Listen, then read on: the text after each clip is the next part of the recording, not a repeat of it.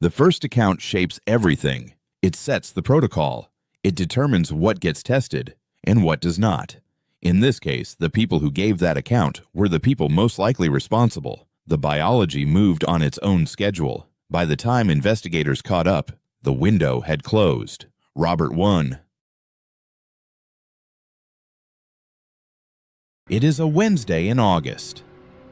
The kind of Wednesday that does not call attention to itself. Robert Wone finished his day at the offices of Radio Free Asia.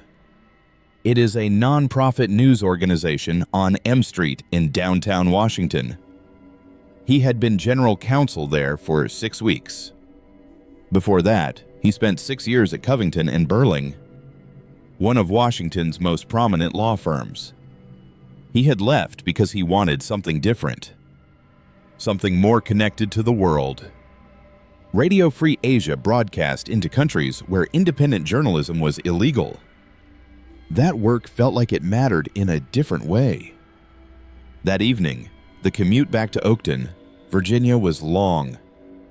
Oakton was where he lived with his wife, Kathy. About 40 minutes on a good night. It was not a good night. It was late. The metro was running slow. Kathy had work early in the morning. He had thought ahead. Days earlier, he arranged with an old friend to use a guest room. His friend was Joseph Price. Price lived in a townhouse in Dupont Circle, 1 mile from Robert's office. It was a practical solution to a practical problem. He arrived at 1509 Swan Street Northwest at around 10:30 that evening. He was dead before midnight. Robert Eric Wone was born June 1st, 1974, in New York. His family was Chinese American. He graduated as valedictorian from Xaverian High School in Brooklyn. He then attended the College of William and Mary in Williamsburg, Virginia. He went on a James Monroe Scholarship, the university's most competitive academic award. He was 18 when he arrived on campus. Joseph Price was a senior that year. They met through student government and an honor society. Price was older, more established, someone who knew how the college worked. One was the kind of student who asked questions out loud and followed through on the answers. People who knew him at William and Mary described him as earnest without being naive. He had opinions. He argued for them. He changed his mind when the facts required it. In September of 1993, he co-authored a piece in the Richmond Times-Dispatch. It pushed back on an article he felt had been unfair to the faculty. He was 19 years old. He was not trying to make a name for himself. He simply thought something had been wrong and said so. Price graduated in 1993. One remained at William and Mary for 3 more years. He graduated in 1996. He went on to the University of Pennsylvania Law School. He graduated with honors in 1999. He then clerked for Judge Raymond A. Jackson, the Federal District Court for the Eastern District of Virginia. A clerkship is a selective position. It signals professional seriousness. It also signals something about temperament, the willingness to serve before leading. After the clerkship, one joined Covington & Burling, one of the most respected law firms in Washington. He worked in commercial real estate law for 6 years. The work was demanding. The compensation was significant. By any external measure, he was succeeding. But one did not stay only within commercial work. While at Covington, he served pro bono as general counsel for the Organization of Chinese Americans. Advocacy work, unpaid, done alongside his regular caseload. The Organization of Chinese Americans worked on civil rights and civic engagement. It was not glamorous work. It did not generate headlines.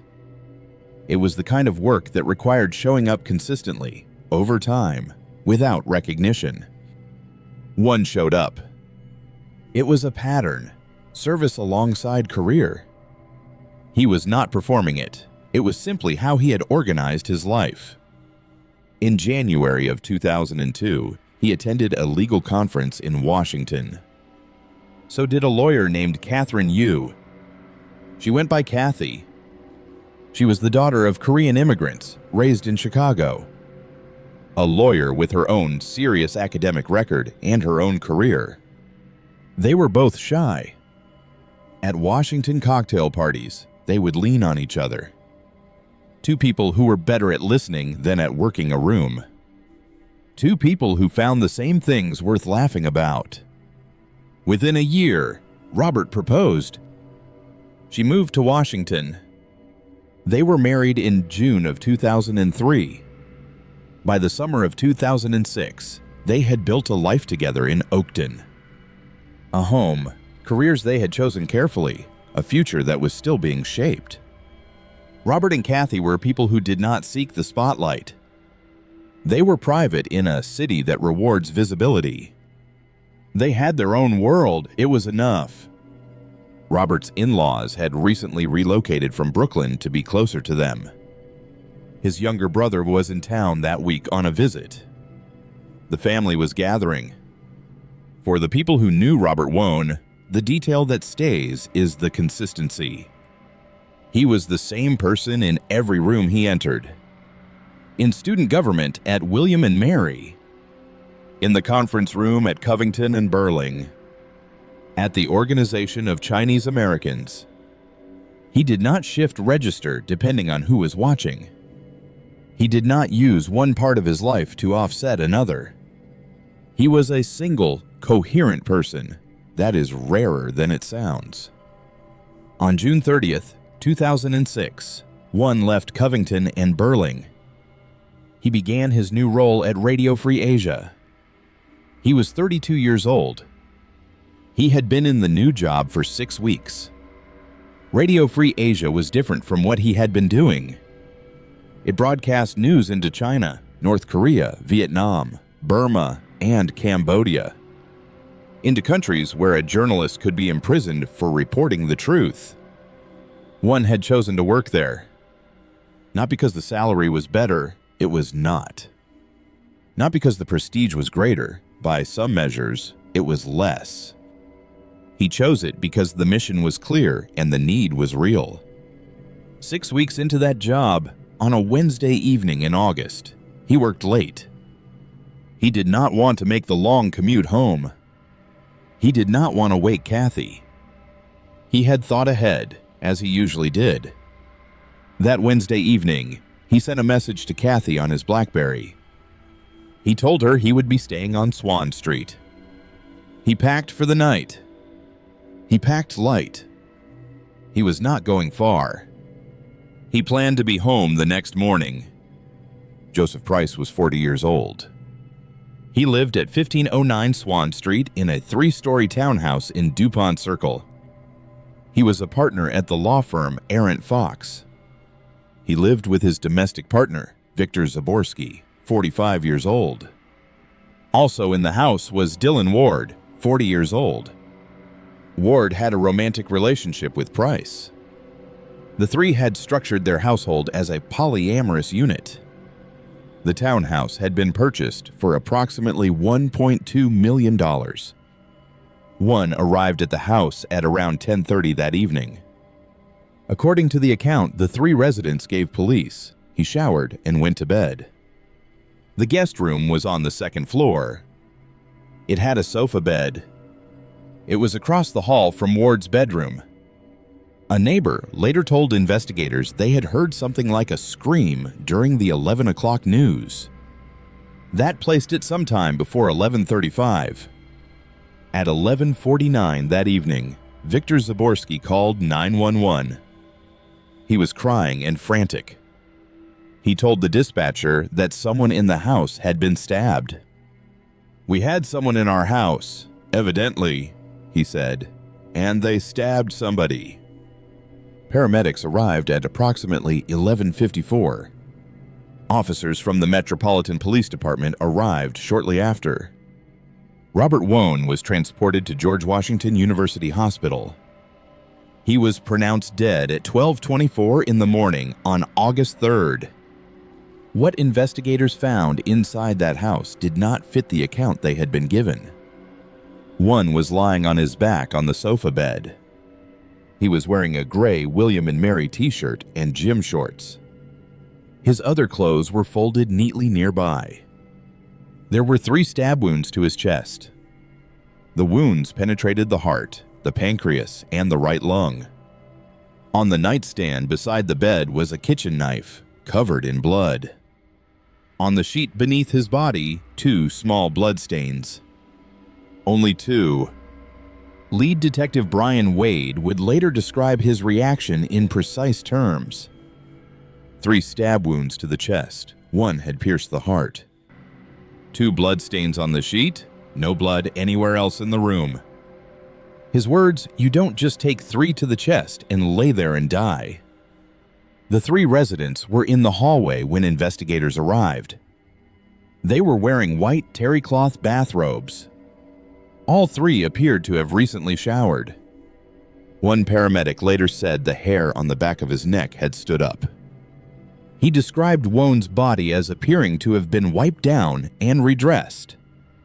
Price told investigators that the group had heard sounds from the direction of the guest room. Grunts, perhaps a scream. They had gone to investigate and found one already stabbed. He said he believed an intruder had entered through the back door, which had been left unlocked. He said the intruder had fled through the alley. Investigators examined the back door, the windows, and the locks. There was no sign of forced entry. No broken mechanisms, no shattered glass. Valuables throughout the house, electronics, jewelry were untouched. Within days, forensic analysis of the knife on the nightstand established that it was not the murder weapon. The blade was too long. The fibers recovered from its surface were white cotton, consistent with a towel near the bed. They were not gray, which would have been expected from Wone's t-shirt. The knife had been wiped with a blood-soaked towel and placed beside the body. It was not what it appeared to be. The knife believed to be the actual murder weapon was never found. It was a shorter blade missing from a 3-piece cutlery set found in Ward's bedroom. It has not been located to this day. Cadaver dogs were brought in to search the property. They alerted to 2 locations, the dryer lint trap and the patio drain. Washington City paper would later report that the blood detection reagent applied to other surfaces in the house had been improperly used. Those results could not be confirmed as blood. In the first hours after Robert Wone's death, the physical evidence told one story. The 3 residents of the house told another. The investigation would spend the next 2.5 years trying to resolve that gap. It would not entirely succeed. On the morning of August 3rd, 2006, Deputy Medical Examiner Lois Goslinowski conducted the autopsy on Robert Wone's body. Her findings were unusual. One had suffered 3 stab wounds to the heart, the pancreas, and the right lung. The wounds were methodically inflicted, even, clean, without the irregular edges characteristic of a victim who moved or struggled. A heart surgeon who later testified stated that one wound would have been lethal within seconds. The absence of distortion indicated that Wone had not flinched. He had not pulled away. He had not raised his hands. There were no defensive wounds anywhere on his body. Goslinowski also documented petechial hemorrhages, small broken capillaries, in Wone's right eye and left eyelid. These are associated with oxygen deprivation strangulation, suffocation, or pressure applied to the airway. In her finding, the asphyxia event had not been fatal. It had preceded the stabbing. There were 6 needle marks on Wone's body at multiple sites. On the left side of his neck, on the center of his chest, on the upper portion of his right foot, on the back of his left hand. Investigators checked with the emergency medical technicians who had responded to the scene. The EMTs confirmed the needle marks documented in the autopsy were not consistent with their resuscitation attempts. Not in number, not in location. Goslinowski also documented traces of Wone's own semen on his body. Investigators included this finding in their assessment that Wone had been sexually assaulted. Defense experts would later dispute this, arguing the presence of semen could be explained by post-mortem process. That dispute was not resolved at trial.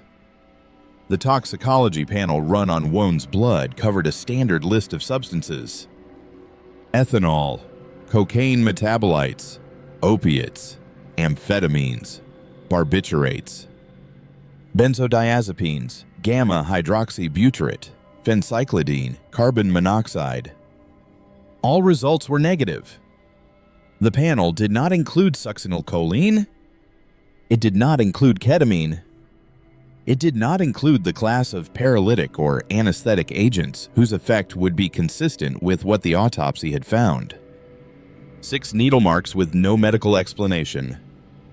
No defensive wounds. 3 clean, undisturbed stab wounds on the body of a physically fit 32-year-old man. The police affidavit, filed more than 2 years later, addressed this gap directly. It stated that paralytic drugs were not tested for because there was no early indication. No early indication given the statements Price, Zaborski, and Ward had provided to police that Wone may have been injected with any such drugs. The toxicology protocol was determined not by the physical evidence. It was determined by the account provided by the 3 residents of the house. The biology of this matters. Succinylcholine is a paralytic agent capable of rendering a person immobile within 60 seconds. It metabolizes to its component compounds within minutes to hours of administration. Ketamine has a detectability window of 2 to 4 days under optimal testing conditions. By the time investigators had developed serious doubts about the resident's account, the biological window for confirmation had likely closed. The blood samples collected at autopsy were disposed of in the period following the examination. By the time of the 2010 trial, approximately 1 milliliter of preserved blood remained. Prosecutors sought to use this final sample to test for paralytic compounds. It was not sufficient for conclusive results. The Metropolitan Police Department gathered forensic evidence from the house over the weeks that followed. FBI forensic specialists assisted. The house was searched extensively. Portions of walls and flooring were removed. Computer hard drives were copied.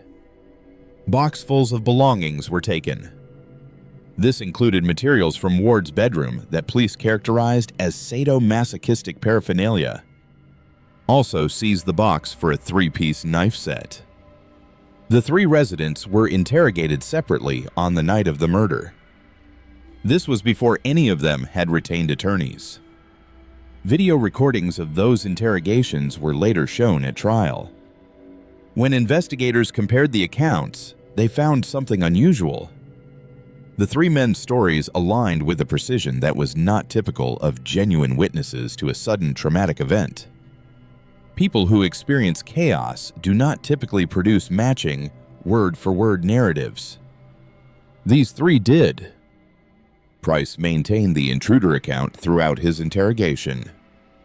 When asked for specifics, his answers became evasive.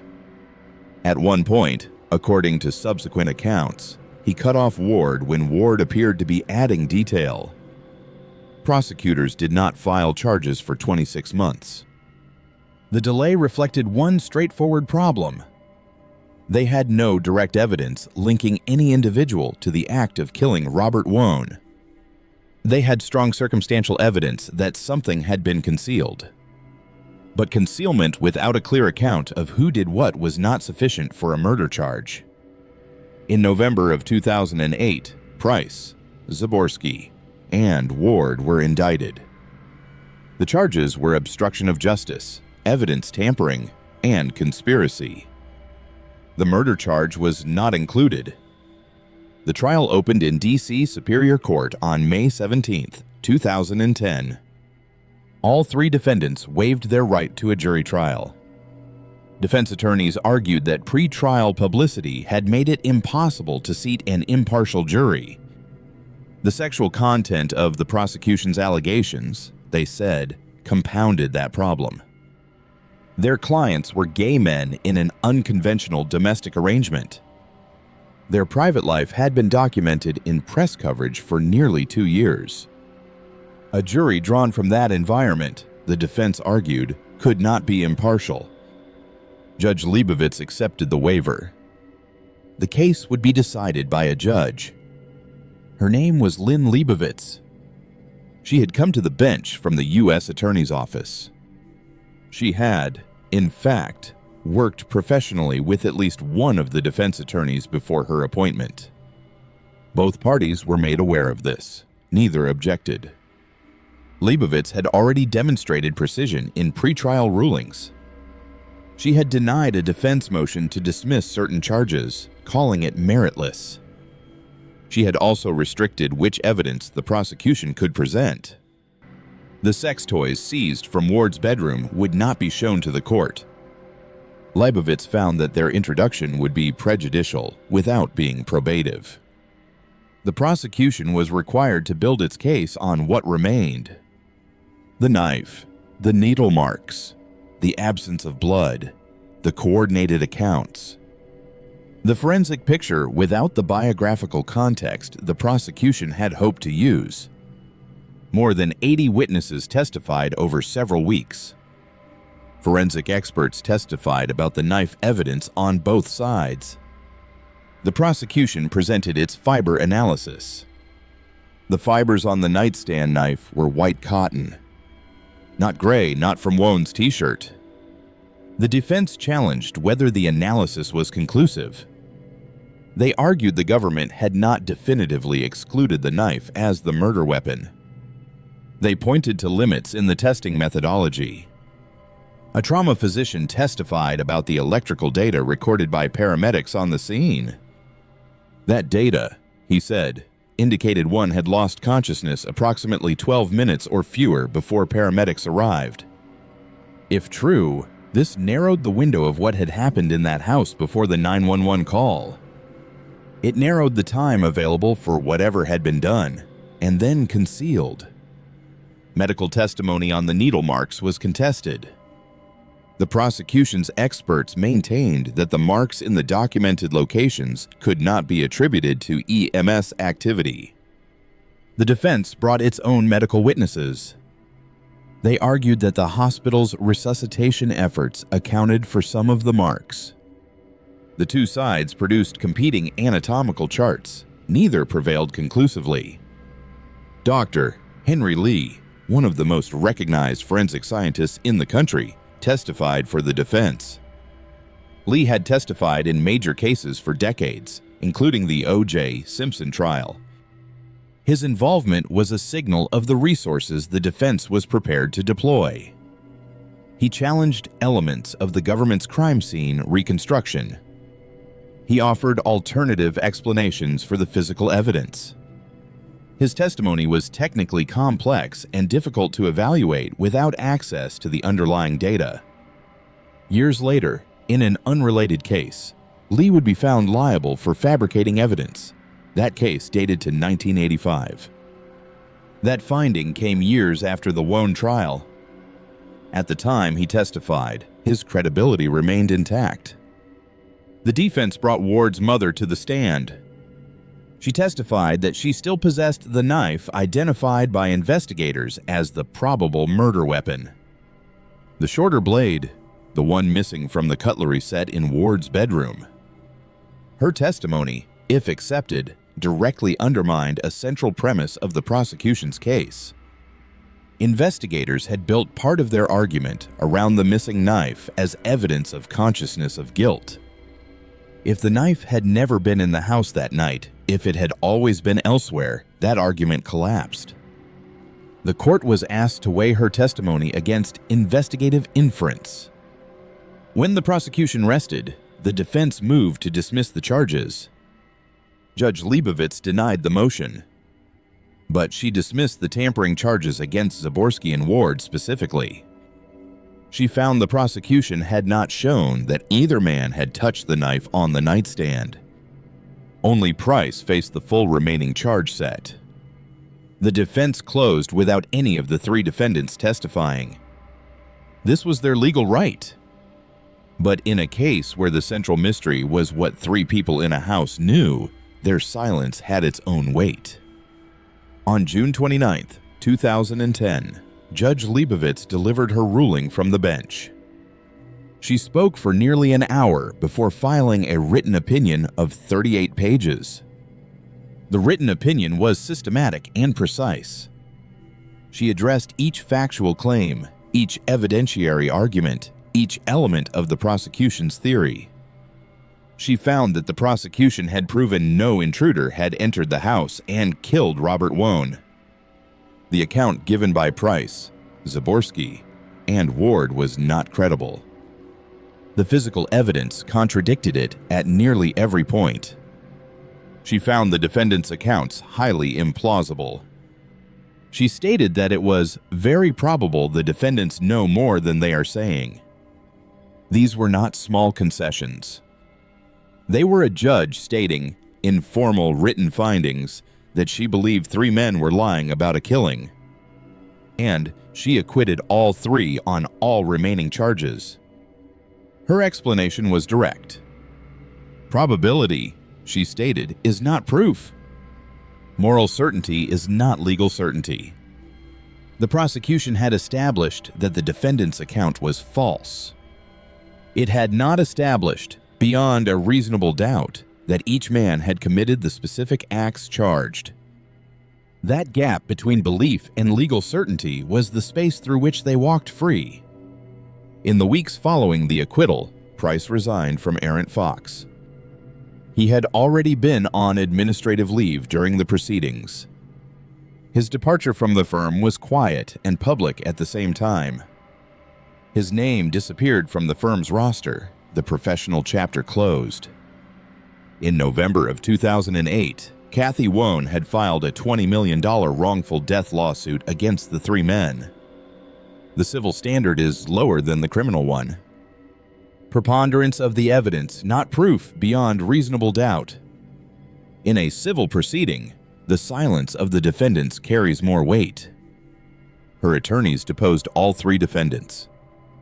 The depositions took place at the offices of Covington and Burling. That was the firm where Robert had worked. It now represented his estate. In those depositions, the three men invoked the Fifth Amendment. They refused to answer questions about the night of August 2nd. They refused to say what they knew. And when asked directly, "Did you kill Robert Wone?" each of them declined to respond. They did not deny it. They exercised a constitutional right to remain silent. In the criminal trial, silence had been their legal shield. In the civil deposition room, at the offices of Robert Wone's former firm, that same silence meant something different. It meant that none of them, given the opportunity to deny it under oath, chose to do so. Kathy Wone sat through those depositions. She had already read the police affidavit, which detailed what had been done to her husband's body before he died. She had tried to read it without reading all of it. Some of the details she had chosen, carefully, not to take in.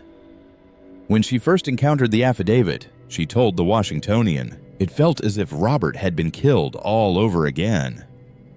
In the depositions, she heard the three men who had been with her husband refuse to say whether they had killed him. She listened to silence answer the most direct question a widow could ask. The civil trial was scheduled. Kathy Wone made a list. The pros and cons of going forward. On one side, the possibility that a jury verdict would formally establish what she believed to be true. On the other, the near certainty that all three would invoke the Fifth Amendment before a jury. They had already done so in deposition. New information was unlikely, more testimony was unlikely, An explanation was not coming. On August 3, 2011, Kathy Wone settled the lawsuit for an undisclosed amount. It was the 5th anniversary of Robert Wone's death. Part of the settlement required payments to the Robert E. Wone Memorial Trust. The trust would support the causes Robert had cared about: college scholarships, free legal services for people who could not afford them. The work he had organized his life around continued in his name. She made a public statement. "I am moving on," she said. "I want to spend the next 40 years of my life focusing on good." They can rot from the inside out from all the secrets they chose to keep. That's their choice. I chose to move on. She did not say she had found peace with what had happened. She said she had found peace with what she had decided to do. There is a difference. Joseph Price and Victor Zaborski subsequently changed their names and relocated to Miami. Property records confirm their presence in Miami shores. Dylan Ward remained in Washington. None of the three has spoken publicly about the case since the night of the murder. The murder case remains officially open. No one has ever been charged. There are cases that remain unsolved because there are no witnesses. There are cases that remain unsolved because there is no evidence. The murder of Robert Wone is neither of those cases. There were 3 witnesses. They were in the house. They have never told what they know. There was evidence. It was gathered by skilled investigators, examined by forensic specialists, argued over by lawyers across 4 years in 2 separate legal proceedings. Judge Leibovitz stated plainly that she believed the defendants knew who had killed Robert Wone. In civil depositions, all 3 refused to deny, under oath, that they had done it. The evidence was there. It was simply not enough. Not enough to establish, with the specificity the criminal law requires, what each person did. Not enough to convict. And one category of evidence was never gathered at all. The category that might have proven Robert Wone was incapacitated before he was stabbed. The D.C. office of the chief medical examiner conducted the autopsy on the morning of August 3, 2006. The toxicology protocol covered a standard panel. The drugs that appear in most homicide cases, the compounds tested for as a matter of routine. It did not include the class of paralytic or anesthetic agents consistent with what the physical evidence showed. 6 unexplained needle marks. No defensive wounds. 3 clean, methodical stab wounds on the body of a man who showed every sign of having been unable to move. Those agents were not tested for because, in the first hours of the investigation, the framework was built on the resident's account. There had been an intruder. There was no reason to suspect injection. That account had not yet been measured against the physical evidence and found to be false. This is not negligence in the ordinary sense. It is not a detective who missed something obvious. It is not a medical examiner who failed to follow protocol. The protocol was followed. The standard panel was run. The standard panel was appropriate for the case as it was described to the investigators who arrived at Swan Street that night. The case that was described to them was an intruder. The case that appears in the physical evidence was something else entirely. But the toxicology protocol, once set, cannot be reset. The biological window does not pause while investigators revise their theory. The compounds metabolize on their own schedule. By the time the investigation had built a theory consistent with the evidence, the compounds that would have confirmed it were gone. That theory held that Robert Wone was chemically incapacitated before he was killed. The blood samples were disposed of. 1 milliliter remained by the time of the trial. It was not enough. The fracture in this case is not one person's failure. It is a structural property of how forensic investigations work.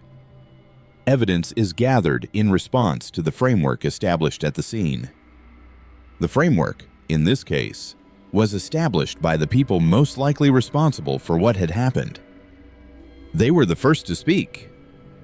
The protocol was set before their account could be tested. And once set, it could not be corrected. Robert Wone arrived at 1509 Swan Street as a guest. He was 32 years old. He had just started a job he had chosen because he wanted his work to matter. He did not want to wake his wife. What was done to him that night was done while the forensic system was still accepting the explanation. The explanation offered by the people in that house, the people most likely responsible for his death. That is the fracture. It held, and it holds. 1 milliliter. That is what remained of the biological evidence from Robert Wone's body by the time prosecutors sought expanded testing. 1 milliliter of preserved blood, kept across 4 years. Brought to a laboratory. Found to be insufficient. The tests were inconclusive. The sample was spent. There was nothing left to test.